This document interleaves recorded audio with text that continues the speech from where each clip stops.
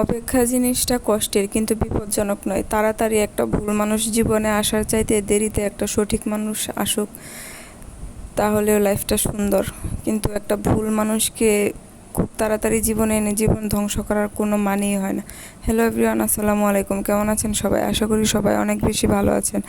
আমি আলহামদুলিল্লাহ ভালো আছি। তো আজকে আপনাদের সঙ্গে এই সুন্দর টপস ডিজাইনটা শেয়ার করব। তো এটা আমি করেছি হ্যান্ড পেইন্টের রং দিয়ে আমি ডিজাইনটা করেছি। তো এটা খুব সুন্দর একটা টপস, সেটা আমি নিজেই ডিজাইন করে বানিয়েছি। তো এটাতে এখন আমি হ্যান্ড পেইন্ট করব, তো দেখতে থাকুন। তো কথা হচ্ছে অপেক্ষা, আপনি যদি অপেক্ষা করে সঠিক মানুষটা জীবনে পান, সেটার থেকে আনন্দের আর কি হতে পারে। আর যদি আপনি খুব তাড়াতাড়ি হুটহাট একটা ডিসিশন নিয়ে ভুল মানুষটাকে জীবনে আমন্ত্রণ করেন, আপনার জীবনটা পুরো ধ্বংস হয়ে যাবে। না পাবেন আপনি মানসিক শান্তি, কোনো দিকেই শান্তি নেই। আসল কথা, কোনো দিকেই শান্তি নেই। এরপরে যদি হয় মা বোনের সাপোর্টার, সেটা হলে তো আর কথাই নেই। আসলে আমার কি বলবো, থাক, এটা বাদই দিলাম। তো কথা হচ্ছে এখানে দুইটা, মা সন্তান জন্ম দিচ্ছে, অবশ্যই আমিও সন্তান জন্ম দিছি। তাই বলি কি আমি বিয়ের পরে ওদেরকে স্পেস দিব না, ওদের নিজেদের মতো করে থাকতে দিব না, ওদের নিজেদের মতো লাইফটা কাটাতে দিব না? না, দিব না। সেটাতেও শাশুড়িকে ইনভলভ হতে হবে, কথা বলতে হবে।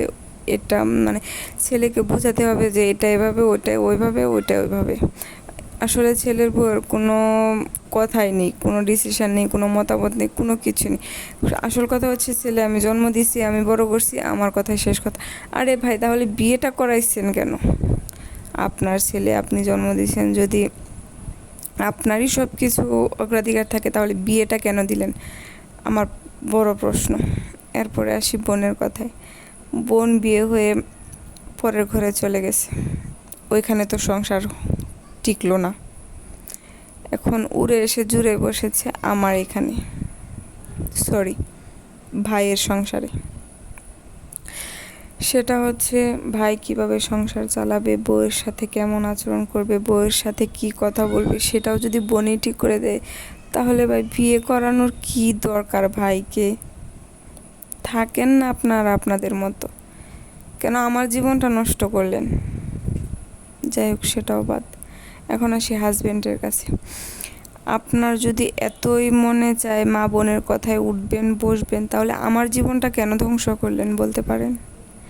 আমি কি আপনার কাছে রাতের অন্ধকারে চলে এসেছিলাম, নাকি আমার বাবা জোর করে আপনার কাঁধে দিয়ে দিয়েছে? না তো। তাহলে কেন আমার জীবনটা এভাবে নষ্ট করছেন? আপনি যদি তাদের কথায় চলবেন, তাদের কথায় ফিরবেন, তাদের কথায় সব কিছু করবেন, তাহলে এখানে আমার কাজটা কি ভাই? যাই হোক, আমার এখন ওদিকে মন নাই, আমার সম্পূর্ণ ফোকাস আমার ড্রেসে, আমার কাজে।